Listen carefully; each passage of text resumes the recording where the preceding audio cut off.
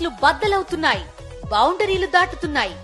పూర్తి వివరాలకు చదవండి రేపటి సాక్షి దినపత్రిక.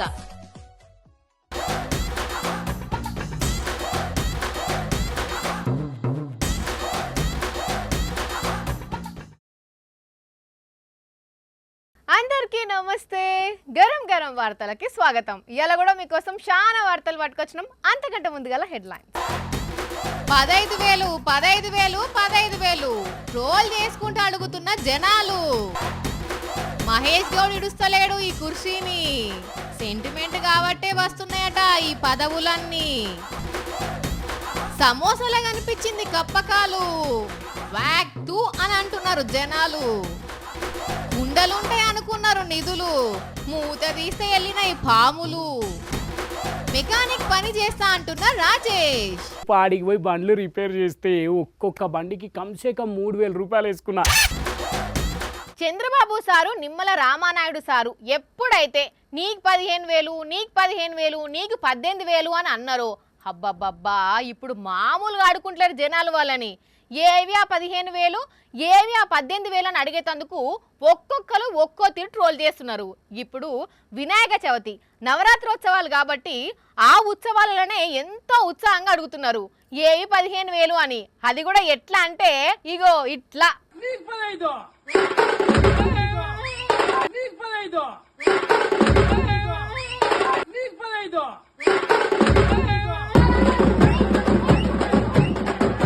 అటు చూడు.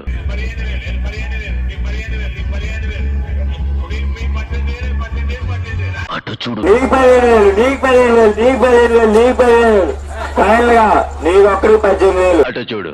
నీకు 10,000 నీకు 10,000 నీకు 15,000 నీకు 18,000 నీకు 18,000. అటు చూస్తే ఇటు చూస్తే కాదు, ఎటు చూసినా ఇట్లనే నీకు 15,000 నీకు 15,000 నీకు 15,000 నీకు 18,000 అనుకుంటా చంద్రబాబును నిమ్మల సార్ను మస్తు ట్రోల్ చేస్తున్నారు పబ్లిక్. మరి చేయరా? ఓట్ల కోసం నీకు అంతిస్తా ఇంతిస్తా అని గల్లీ గల్లీకి చాటింపేసినట్టే చెప్పిండ్రు. తీరా ఇప్పుడు సప్పుడు చేస్తలేరు. ఇప్పుడు వచ్చే డబ్బులు ఆయే, ఇస్తా అన్న డబ్బులు రాకపాయే. అందుకే ఆ కోపంతో ఉన్న పబ్లిక్ ఇట్లా ఓ ఆట ఆడుకుంటున్నారు కూటమి సర్కార్ను. అందుకే జగనన్న కూడా కూటమి సర్కార్ మీద కోపం చేసి సూపర్ 6 ఎక్కడా అని సూపర్ గా అడిగిండు. అదే ఇంట్లో చిన్న చిన్న పిల్లలు కనబడితే ఏమనేవాడు? నీకు 15,000 చిట్టి తల్లి డ్రామా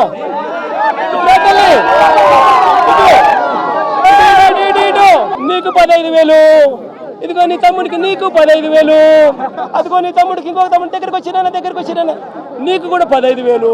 పిల్లలను మోసం చేశాడు, అక్క చెల్లెమ్మలను మోసం చేశాడు. చూస్తుంటే ఇప్పుడే ఇటున్నది అంటే పాపం రాబోయే రోజుల్లో చంద్రబాబు హామీలు ఎవ్వి అని అన్నిటినీ అడుగుడు జనం మొదలు పెడితే తట్టుకుంటారో తట్టుకోరో. కొందరికి కట్టుకున్న ఇల్లు సెంటిమెంటు, ఇంకొందరికి కొనుక్కున్న కారు సెంటిమెంటు, కొందరికి కొందరు దోస్తులు సెంటిమెంటు, ఇంకొందరికి కొన్ని వస్తువులు సెంటిమెంటు. ఇట్లా ఒక్కో మనిషికి ఒక్కో సెంటిమెంట్ ఉంటుంది. అట్లనే సెంటిమెంట్ ఉన్న దేన్ని కూడా వాళ్ళు అస్సలకే ఇడిచిపెట్టరు. అది పని చేసినా పని చేయకపోయినా పక్కనే ఉండాలి అనుకుంటారు. అయితే అట్లనే కొత్తగా పీసీసీ చీఫ్ బాధ్యతలు అందుకున్న మహేష్ అన్నకు కుర్చీ సెంటిమెంట్ ఉందట. హాగో కుర్చీ సెంటిమెంట్ ఏంది అంటారా? చూడండి మీరే. ఇంకో ఈ కుర్చీనే మహేష్ అన్నకు మస్తు సెంటిమెంట్ అట. అందుకే అన్న మెడల తువ్వాలేసుకున్నట్టు ఈ కుర్చీ మెడల కూడా ఓ తువ్వాలేసి పెట్టిండు. మరి అంతగానం ఈ కుర్చీలు ఏమున్నది అని అంటే అబ్బో మామూలు అదృష్టం లేదట ఈ కుర్చీతోనే. దీంట్లో కూర్చుంటే ఎంత పెద్ద ఎత్తుకైనా ఎదగొచ్చునట. అందుకే దీన్ని అస్సలు విడిచిపెట్టకుండా ఇంటికా నుంచి గాంధీ భవన్ కు తెచ్చుకున్నాడు. ఇప్పుడు పీసీసీ చీఫ్ కూర్చునే కుర్చీ ప్లేస్ లో కూడా దీన్నే పెట్టమని చెప్పిండట. ఎవరైనా పెద్ద పోస్టులు వచ్చినాక ఆ పెద్ద కుర్చీలో కూర్చుంటారు, పాత కుర్చీలను మడత పెట్టి మూలకేస్తారు. అసొంటిది మహేష్ అన్నేంది ఈ కుర్చీని ఇడిచిపెడతలేడు అని అంటే సారు ఇంత ఎత్తుకు ఎదిగింది ఈ కుర్చీ చేయబట్టేనాట. అవు ఎన్ఎస్యుఐ నుంచి రాజకీయాలలోకి వచ్చినప్పుడు ఈ కుర్చీని కొని ఇంట్లో పెట్టుకున్నాడట. ఇక అప్పటి నుంచి సారుకు అదృష్టం దరిద్రం కంటే దండిగా పట్టుకున్నదాట. ఒక్కో పోస్టు వస్తూనే ఉన్నదాట. ఇక పార్టీ వర్కింగ్ ప్రెసిడెంట్ పోస్ట్ వచ్చుడుతోని ఇదే కుర్చీని గాంధీ భవన్ లకు తెప్పించుకొని అల్లనే కూర్చున్నాడు. ఇప్పుడు పీసీసీ చిప్ వచ్చింది. అందుకే ఇప్పుడు ఇక పీసీసీ ఛాంబర్లో కూడా మళ్ళీ ఈ కుర్చీనే తెప్పించుకుంటున్నాడు.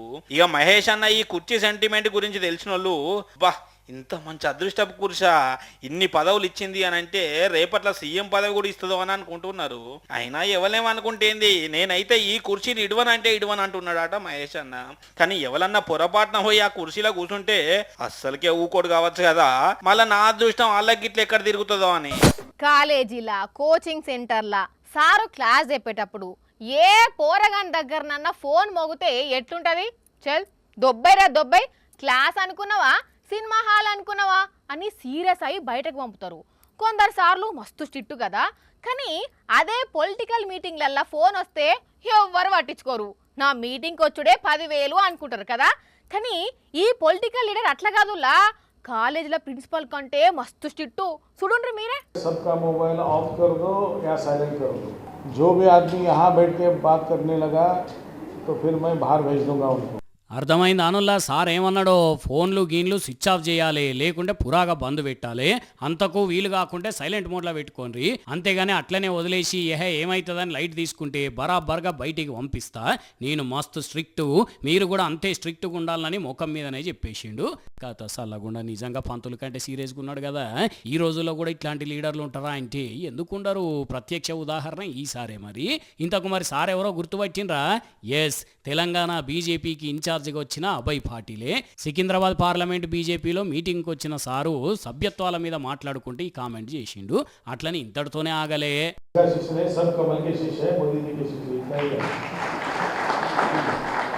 ఆగనట, నేను అన్నిసార్లు ఎమ్మెల్యేను, ఇన్నిసార్లు ఎమ్మెల్యేను, వాళ్ళ శిష్యుణ్ణి వీళ్ళ శిష్యుణ్ణి అనొద్దు, అందరం మోడీ శిష్యులం. నేను కూడా చాలాసార్లు ఎమ్మెల్యేనైనా ఎవ్వరికి భయపడా, నేనేందో హైకమాండ్కు తెలుసు, నా పనితనమే ఇంత, ఐడి కార్డుల మీద పేర్లు కొట్టించుకొని తిరిగి పైరవీలు చేసుడు కాదు, 10 రోజుల్లో 50% సభ్యత్వం అయిపోగొట్టాలి, కాలేజీలో ఉన్న లీడర్లు కాలేజీ పిల్లగాళ్లతో నమోదు చేయిస్తే కుదరదు, ఒప్పుకోను, గణేష్ నిమజ్జనం నాడు కూడా పొద్దున పనిచేసి సాయంత్రం నిమజ్జనం పనులు చూసుకోవాలి అన్నాడు. కానీ దేశంలో ఏ పార్టీ ఇన్ఛార్జ్ కూడా ఇంత స్ట్రిక్ట్గా లేకున్నా లేకపోండి. మరి ఇక సారు సభ్యత్వం మీదనే ఇంత స్ట్రిక్ట్గా ఉన్నాడంటే గెలిచిన నియోజకవర్గంలో ఎట్లా పనిచేస్తున్నాడో అర్థమవుతున్నది. కానీ ఈ లెక్కన చూస్తే ఈసారి తెలంగాణ బీజేపీ దేశంలోనే ఎక్కువ సభ్యత్వాలు చేసి రికార్డు కొట్టేటట్టున్నదిగా. తమిళ సినిమా క్లైమాక్స్ ఫైటింగ్ సీన్లు చూసినట్టే అనిపిస్తుందిలా. రాజకీయాలు చూస్తుంటే ఎమ్మెల్యేల ప్రెస్ మీట్లు, ఛాలెంజ్లు, తొడలు కొట్టుడు, మీసాలు తిప్పుడు, చేజింగ్లు, ఫైటింగ్లు, పోలీసులు అచ్చం సినిమాలో చేసినట్టే చేస్తున్నారు. జనాలకు మాత్రం మస్తు ఎంటర్టైన్మెంట్ దొరుకుతున్నది. మరి ఈ ముచ్చట మీద మరింత సమాచారం మన రాజేష్ అడిగి తెలుసుకుందాం. ఓ రాజేష్, దెబ్బ దెబ్బ పోతున్నావు ఏడికి?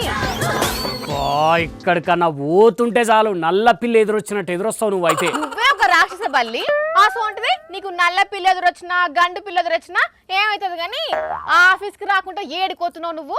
నువ్వొద్దు, నీ ఆఫీస్ వద్దు, నేను ఆఫీస్కి రాను, రిజైన్ చేసేసిన. ఏందట ఇప్పుడు? మళ్ళీ ఏం పుట్టింది నీకు? నేను ఒకరి కింద పనిచేయను, నా కాళ్ళ మీద నేను సొంతంగా నిలబడి.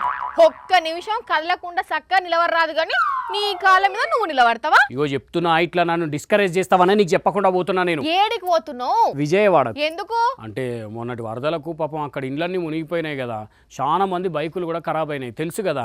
అగో వాటిని రిపేర్లు చేస్తే మస్తు అంటే మస్తు పైసలు కమాయించవచ్చు, అందుకే పోతున్నా. నీ ముఖానికి రిపేరింగ్ సూట్ వచ్చా? అవు మళ్ళా చిన్నప్పుడు మెకానిక్ షెడ్ లో ఒక 3 నెలలు పని చేసినాం, ఇంకా ఎక్స్పీరియన్స్ ఉన్నది చాలాదా చెప్పు. ఆడికి పోయి బండ్లు రిపేర్ చేస్తే ఒక్కొక్క బండికి కమ్సే కమ్ 3,000 రూపాయలు వేసుకున్నా, రోజుకొక 4 బండ్లు అనుకున్నా 12,000 సంపాదించవచ్చు. అంటే నెలకు 3 లక్షల రూపాయల చిల్లర.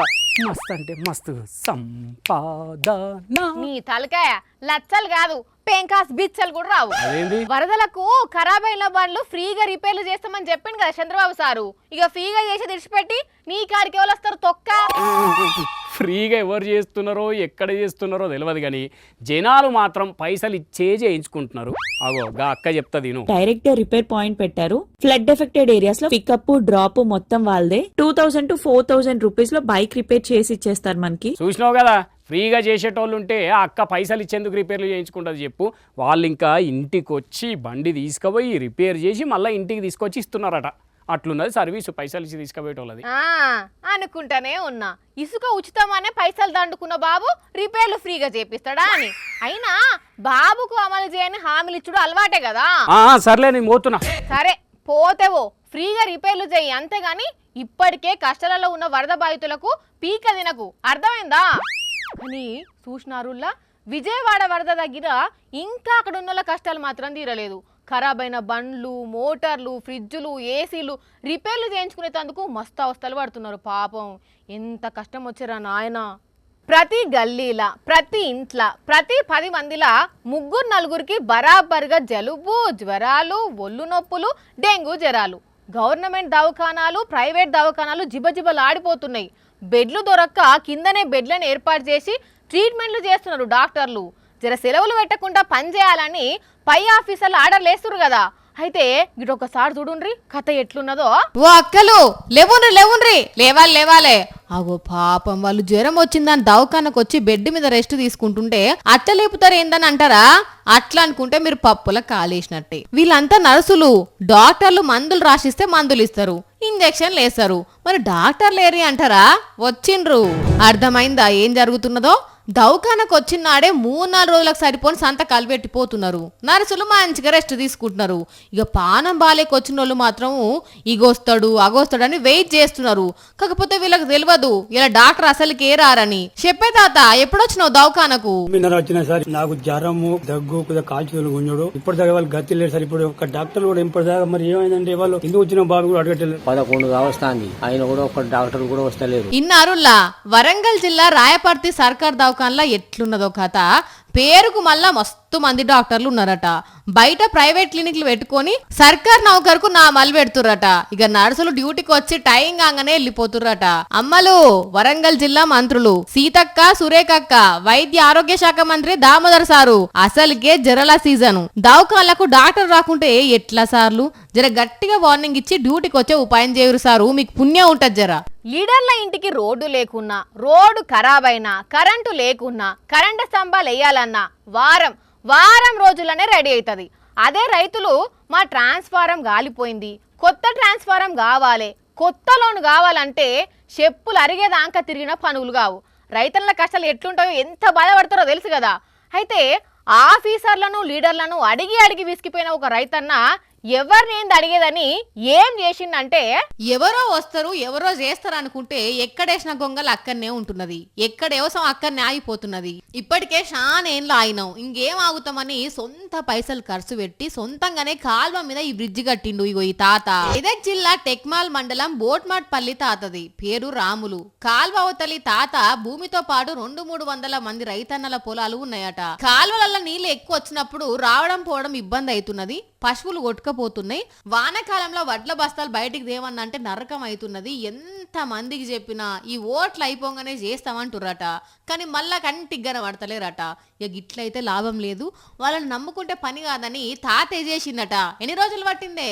ఇనుప రాళ్ళు, ఇనుప యాంగ్లర్లు, ఇనుప పైపులు తీసుకొచ్చి మేము సెట్ చేసుకున్నాం. ఇది మా కొడుకు నేను ఒక వారం 15 రోజులు కష్టపడి రెడీ చేసుకున్నాం మేము. వేరే రైతు 30,000 ఇచ్చిందట. తతిమ పైసలన్నీ తాతయ్యనట. మంచిగా వస్తున్నాం పోతున్నాం, ఏం తిప్పలేదంటున్నారు. కానీ ఓ ఆఫీసర్లు, లీడర్లు విన్నారా? జర ఇప్పటికన్నా చిన్న బ్రిడ్జి కట్టి పశువులు, ఎడ్ల బండ్లు పోయే ఉపాయం అన్నా చేయండ్రు సార్లు.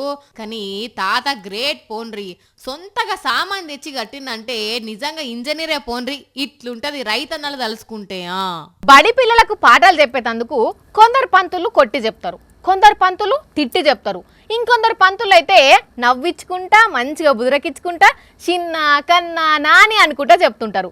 ఇట్లా ఒక్కో పంతులకు ఒక్కో స్టైలు, ఒక్కో పంతులమ్మకు ఇంకొక లెక్క ఉంటది. అయితే గిడొక పంతులమ్మ పిల్లలకు మంచి బుద్ధులు నేర్పించేందుకు ఏం చేసిందో చూడండి. ఓ దేవా, పాఠాలు చెప్పే పంతులమ్మకు కళ్ళల్లో ఏమన్నా గుచ్చిండ్రా ఏంది? ఓ కన్నుకు పట్టి వేసుకొని ఇంకో కన్ను మీద ఖర్చు పెట్టుకొని బాధపడుకుంటూ వస్తున్నది. అగ చూడండి, ఈమెను చూసుడుతోటే పంతులమ్మలు కూడా పరిశాన్ అయ్యి ఏమైంది అని అడుగుతున్నారు.